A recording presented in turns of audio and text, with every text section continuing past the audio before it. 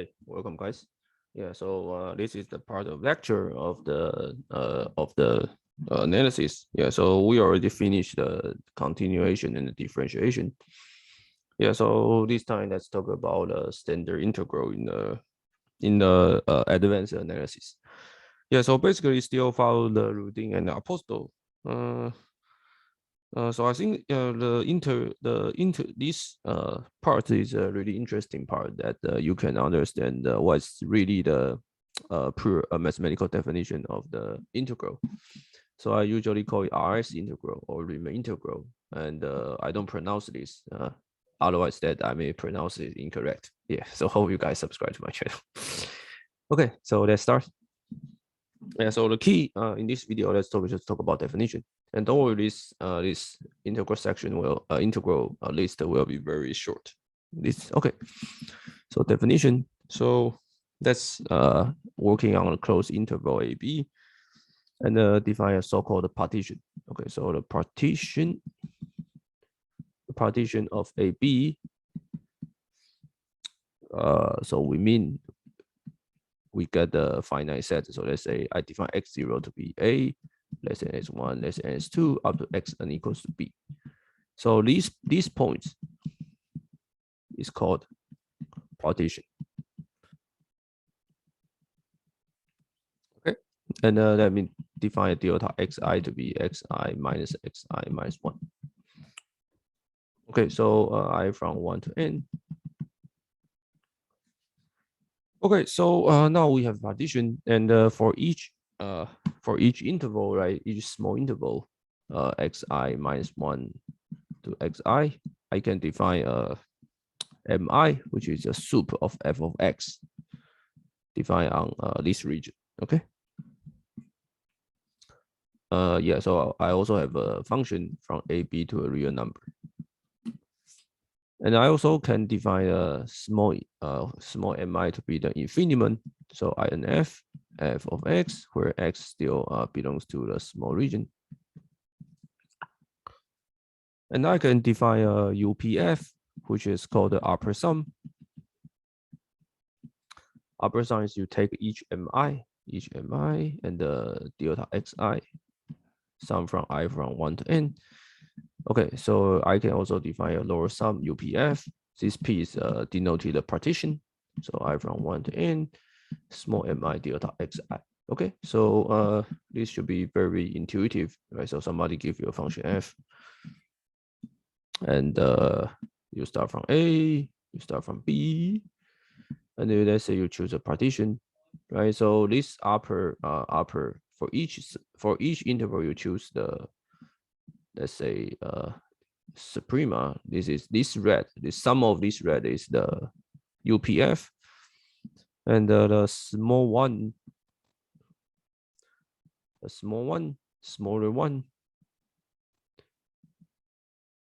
Yeah, so this smaller one is the LPF. Okay. So your intuition say that if you partition very small, somehow like LPF and the UPF, upper sum and lower sum, should be the same. Okay, so this is your intuition. Yeah, so this is the definition. Okay, we will see. So this is called lower sum. Yeah. Okay, so I can define now I need to define so-called upper integral. Okay, so notice that if I partition less, if I partition very smaller, then this UPF should decrease, right? Because right, so for example, if I only if I don't do the partition, then I will estimate this whole integral to be a large box. Right? So UPF should decrease when partition get refined, and the LPF should increase when partition get refined, right? So you can define an upper integral from called ABF is defined to be the Refinement of UPF, and then you can define the lower integral. This is a lower integral dx to be the, let's say, suprema of LPF. Okay, they are called upper Riemann integral and lower Riemann integral. Okay, so that's definition. So we said f is integral on AB if what? If they are the same, right? If okay,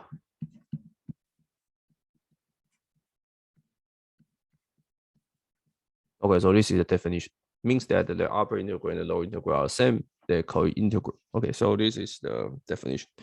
Okay, if they are the same, I use ABF dx to denote this. Okay, so this is actually the 100% rigorous definition for a Riemann integral in the calculus. So that's so in the calculus that people usually don't talk about this. Okay. Okay, so let's talk about consequence. Okay, so this consequence is very simple. Let's write theorem. So suppose f is AB from R, and it's Riemann integral. It's Riemann integral. Okay, so obviously that if it's Riemann integral, then it must be bounded, right? So f must be bounded. The reason is that otherwise that the superinf cannot exist, right? So two of them should not be this. If it's unbounded, then superinf, one of the superinf may not cannot exist, right? So then it definitely will fail this definition. Then I can use m and m to bound this, right? For all x belongs to AB. So obviously that your integration dx will less or equal to mb minus a, greater or equal to small mb minus a. Okay, so this is the theorem, very easy. The reason is that your UPF, your upper partition will less than equal to this.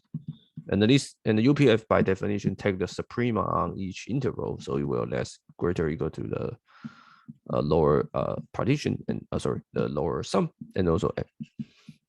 Okay, so you have this, and you just take the suprema and the infima, and the things they need to be the same, so it becomes this. Okay, and so bounded by these two. Yeah, this is very easy results. Okay, so yeah, we haven't done we haven't proved some we haven't proved which function is integrable or not. So this is the next video. Okay, but in next, let's talk about the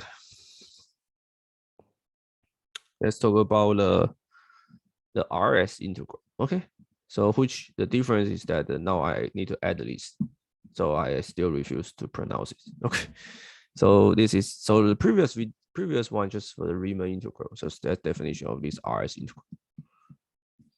Okay, so the idea is that you choose alpha, which is a monotone increasing. Okay, so monotone increasing means that alpha x less or equal to alpha y.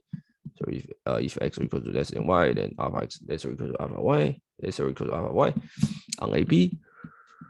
Okay, and then you can define a delta alpha I to be alpha xi minus 1. So obviously you can define your UP alpha f.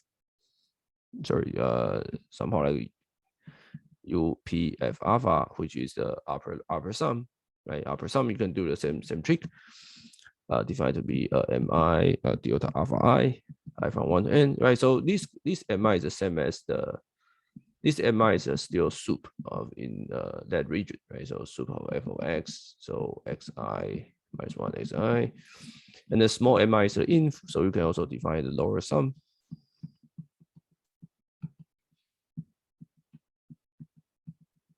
Okay, and you can also define the infiniment.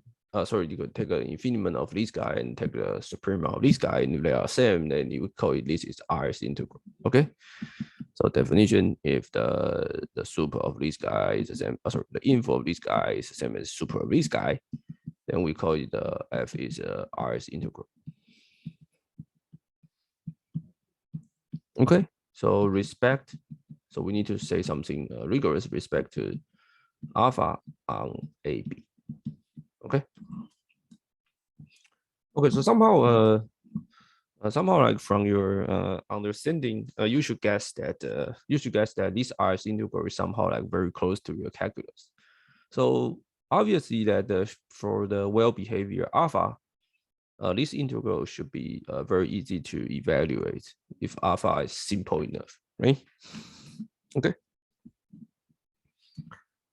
Yeah, so let me just write down a notation. Yeah, so so in that case that usually people write this integral as AB f of x d alpha x.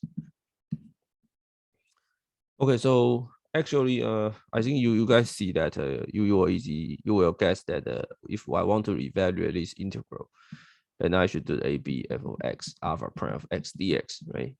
Yeah, this is correct. Right, so we'll approve this when alpha is a special case. Okay, when alpha can be the derivative exists. Okay, yeah. Okay, so let me just finish this video. Let me just finish the video to say the final words talking about so-called refinement. Okay, so next video we will go through all the fact about this RS integral. But in order to do this, we need to define a so-called refinement. Okay, so refinement. Whew. Okay, so let's say P star is a refinement of P. So given some partition, you just want to refine, right? So obviously that, okay, so if P star if P is a subset of P, right? So basically I should say that every point of the partition, right? Remember partition is a set such that x then 0 less n up to xn. This is B, this is A. So refinement means that you still fix this guy, but you can partition in more. So for example, this is your original P, and I can I preserve this P, but I add some points. That's here, and the least green and the least orange is total is called P star. Okay, so this is called refinement. Okay. Okay, so what I want to say is that so I skip the proof because I think it's simple, right? So you guys should figure out. So what is the relation about what is the relation of this integral when you do a refinement? So when you do a refinement, right, the infiniment should increase, right? So this guy should be this, and the upper integral should decrease, right? So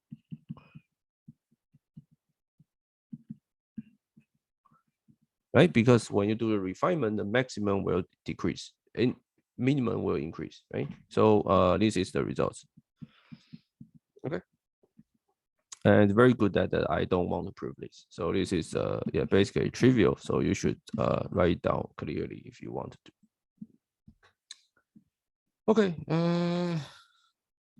Okay. Also, there's a result that I think they're also very trivial, since you since by definition your lower integral is less or equal to upper integral on each partition. Because you take one is take the infinite, one is take the suprema, then you can easily get the results that the lower integral f d alpha is less or equal to f d alpha ab for upper integral. So from here now, everything I talk about is the RS integral. And if you change alpha x to be x, then it becomes the Riemann integral.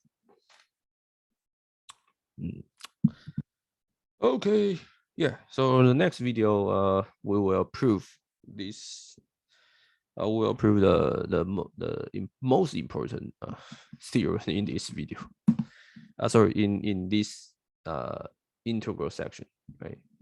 So theorem is that if f is a Riemann integral of alpha on AB, if and only for every epsilon greater than 0, there exists a partition P such that the UPF alpha minus LPF alpha is less than epsilon.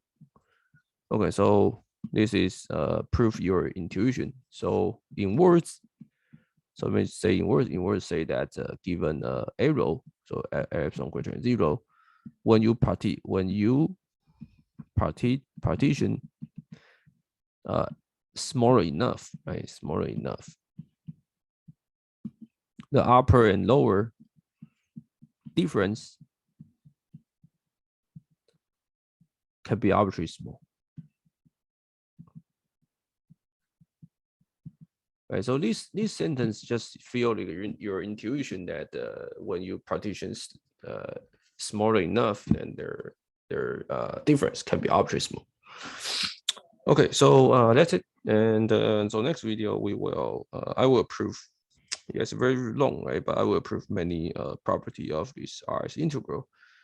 And after that, we talk about the fundamental theorem of calculus. And we finish this, and we go to the uniform convergence for the next chapter. Okay, see you guys. Subscribe to my channel. Bye bye.